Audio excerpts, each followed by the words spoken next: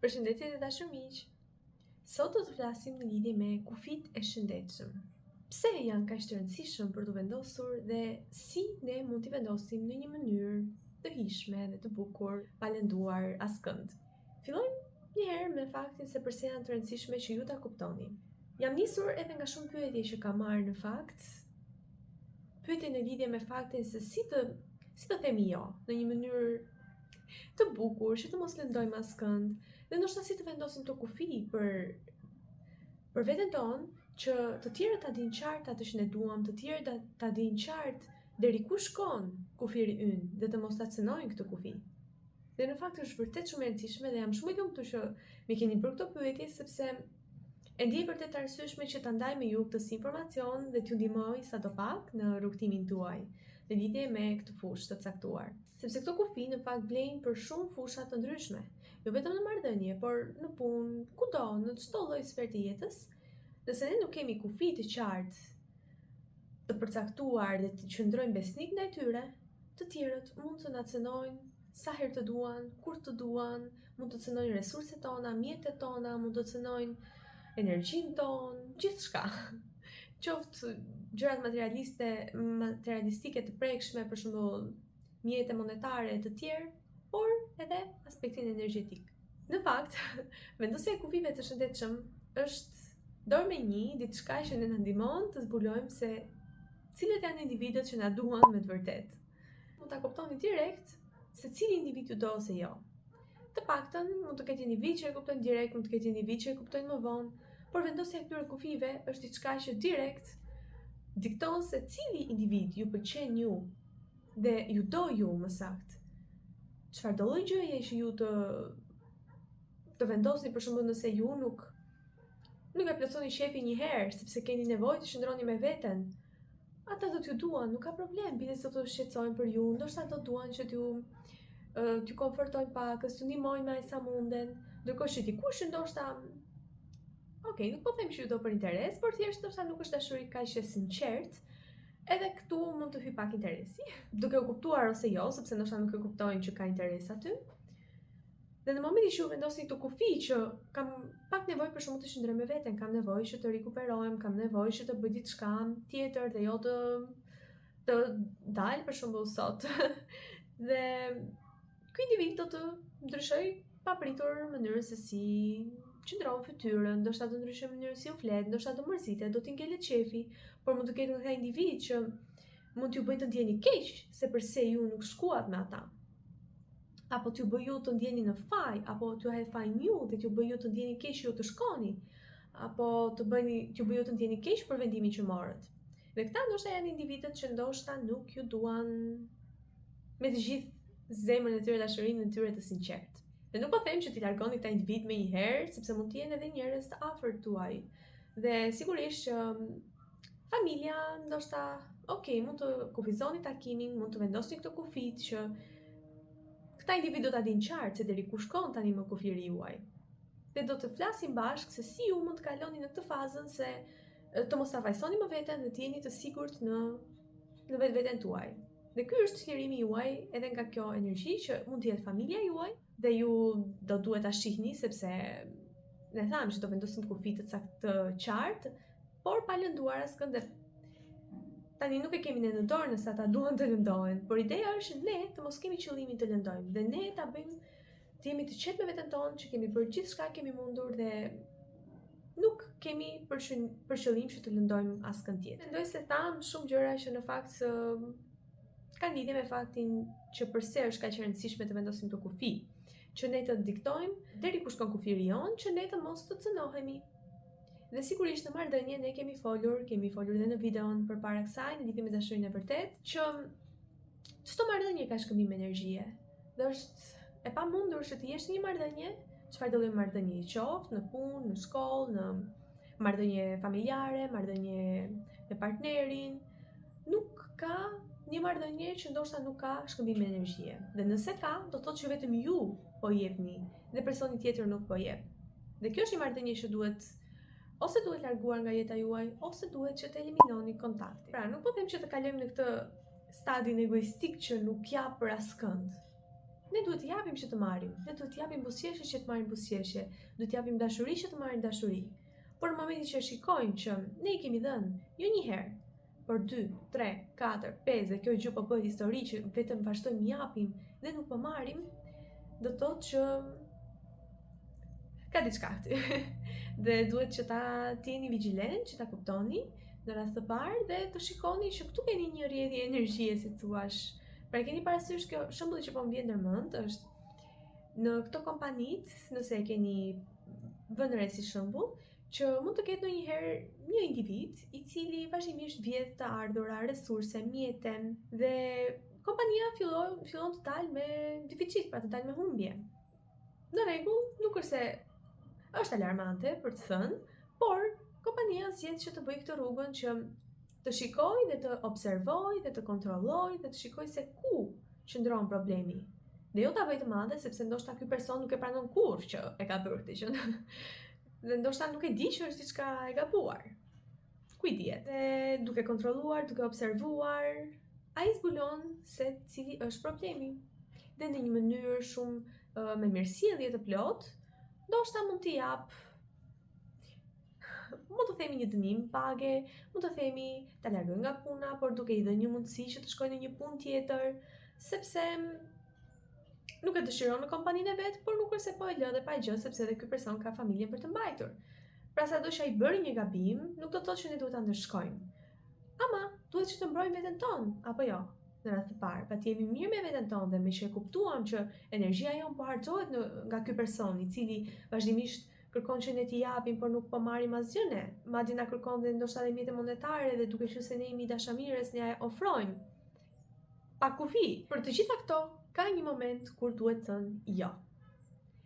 Këtu tani duhet të ndalemi pakës dhe të jemi shumë të kujdesshëm, sepse në momentin e parë, pasi ne kemi kaq kohë që jemi të strapacuar, që jemi të lënduar ndoshta nga ky person që edhe pasi e kuptojmë që ne po japim më shumë se sa po marrim, në momentin e parë është ajo tendenca, apo kur e mendoni shpeshherë që ky person ka tentuar t'ju bëjë keq apo dashur pa dashur, apo ka tentuar t'ju marrë ju të ardhura mjete monetare qoftë edhe energji, për mua energjia është shumë herë më e vyer se sa edhe mjete fizike sigurisht, por që energjia është më e vyer sepse ajo është energjia e jetës që juve ju mban gjallë, ju mban të motivuar, ju mban të eci përpara me golat tuaja, dhe mjetet ikin vinë, të ardhurat ikin vinë, ka shumë mënyra se si mund t'i bëjmë dhe t'i qarkullojmë, pra janë thjesht një mjet qarkullimi. Ndërkohë që energjia, vërtet ndoshta është edhe kjo diçka që shkëmbehet, por nëse ju nuk keni energji, ç'vlerë kanë të gjitha të tjerat? Është si kjo që nëse nuk keni shëndetin, ç'vlerë ka gjithë pasuria që mund të keni? Do e përdorni për që? Ndoshta do t'i vlej nipërve tuaj apo ku di unë, po për juve s'ka vlerë, për ju gjëja më e vyer në ato momente është shëndeti. Dhe kjo është ideja që ndoshta gjithë secili ka gjërat e veta të vyera, dhe nuk është se po e vendos kështu me korniza këtë, pra gjithë secili ka të vetën, dhe kur e shikoni që juve kjo gjë e vyer po ju cënohet, në momentin e parë është ai instikti që ju të filloni dhe të jeni të ashpër. Dhe ta thoni këtë jon e prerë dhe ndoshta me inat, keni parasysh ata fëmijët e vegjël që thonë jo kështu dhe i bajnë vetullat e ngrysura. Ja shumë të lezetshëm. Pra në momentin që ju jeni vërtet kaq të frustruar, është kjo tendenca që si fillim të thoni jo. Apo për shembull do dalim sot, mund të thotë ky dikushi, dhe ju të thoni jo, të prerë, dhe ky person tjetër do të ngelet pakës i hutuar, që çfarë ndodhi që ndërkohë që ju thjesht keni kuptuar që ju keni thënë po, sa herë ky person ka patur nevojë, por kur ju keni nevojë, ky person gjithmonë gjen justifikime, ky person gjithmonë ka punë, ky person gjithmonë ka shumë mënyra se si ky person mund të jeti fokusuar vetëm tek vetja dhe të mos ta ketë mendjen tek ju. Ama kur ai ka nevojë për ju, ju duhet thoni po. Ndërkohë që po thatë jo, ky personi tjetër ju mendoni se do të lëndohet, dhe në fakt edhe sikur të lëndohet, ne nuk duam që ai të lëndohet, por ideja është që t'ia thoni këtë jon në një mënyrë që të respektoni veten tuaj. Pra jo një jo e prerë, jo një jo sa të shni instikti i parë është ky. Por për shembull ka shumë mënyra se si mund ta thoni me mirësjellje, për shembull sot për shembull Më vjen shumë keq, por sot nuk nuk ndjehem mirë për të dalë. Sot kam nevojë që të kaloj pakës kohë me veten. Shumë faleminderit për ftesën, por sot për shembull kam një program tjetër, apo shumë faleminderit që mendove të dinim së bashku, por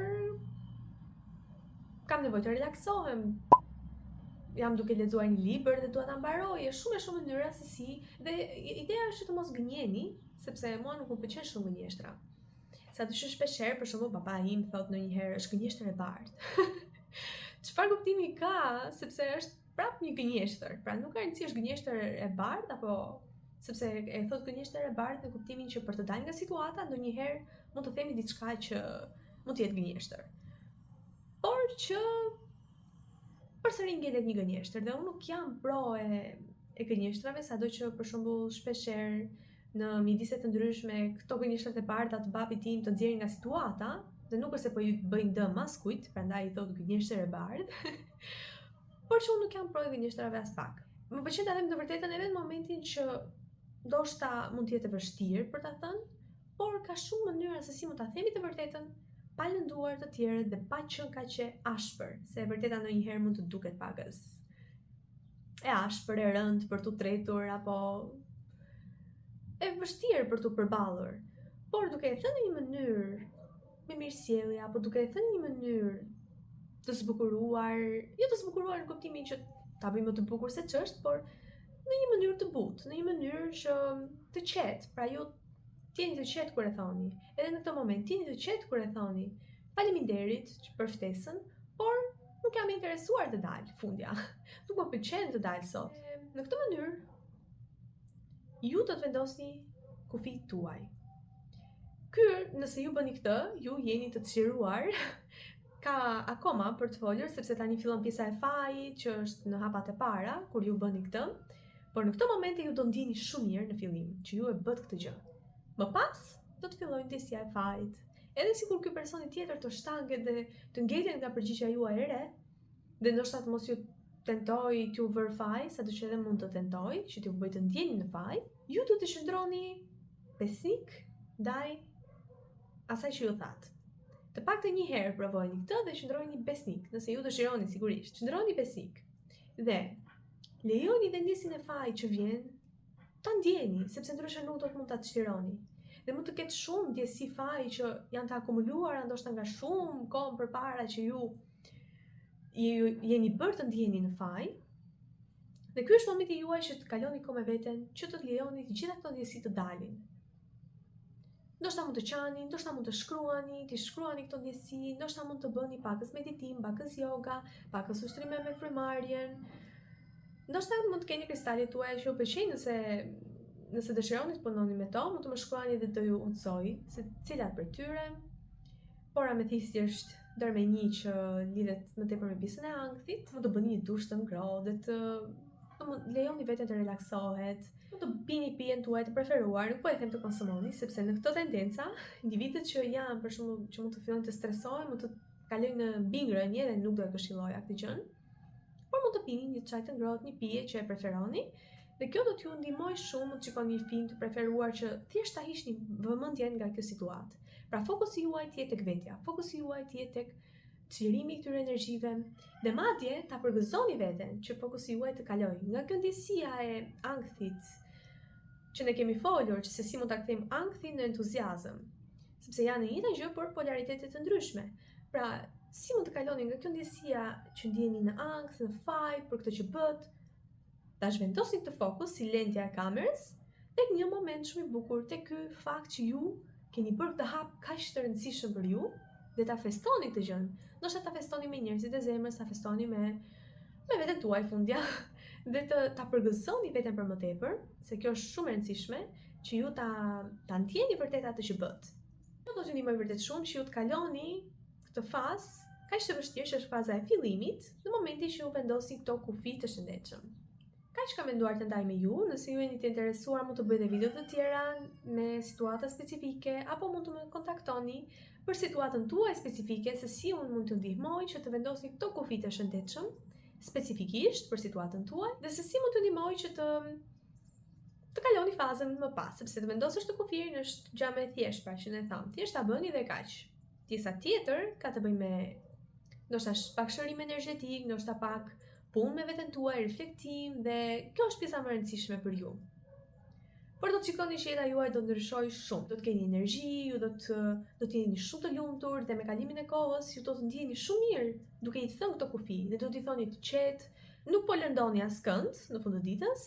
Dhe ideja është të tjerët do t'ju respektojnë më shumë. Të tjerët do t'i dinë këto kufi tuaj dhe do t'ju respektojnë dhe nuk do t'ju kërkojnë diçka që më përpara e kanë marrë falas, sepse tani e dinë që ju jeni të vëmendshëm. Tani e dinë që ju i keni syt hapur, si thua, dhe mund t'i shihni lirisht. Kjo është mënyra më e mirë se si ju mund të shpëtoni në një sens nga kjo energjia ose nga kjo ideja që të tjerët ju cënojnë kufit tuaj dhe të kaloni në një prezencë me vetdije të plotë dhe në fund të fundit të keni respekt për veten dhe të tjerët të kenë respekt për ju. Shumë faleminderit, do të isha shumë e lumtur të njihesha me mendimin tuaj lidhur me këtë temë dhe sigurisht për atë që folëm, pra nëse ju keni nevojë jam këtu për ju, për gjithçka që ju jeni duke kaluar, sepse nëse jeni deri në këtë fazë të videos jam i bindur që ju keni situatën tuaj specifike në të cilën ju dëshironi të vendosni kufi të shëndetshëm. Jam shumë i lumtur për të gjithë ju që më kontaktoni sepse me dashamirësi më të madhe dua t'ju ndihmoj. Dhe shumë faleminderit që jemi në video tjetër. Mirupafshim.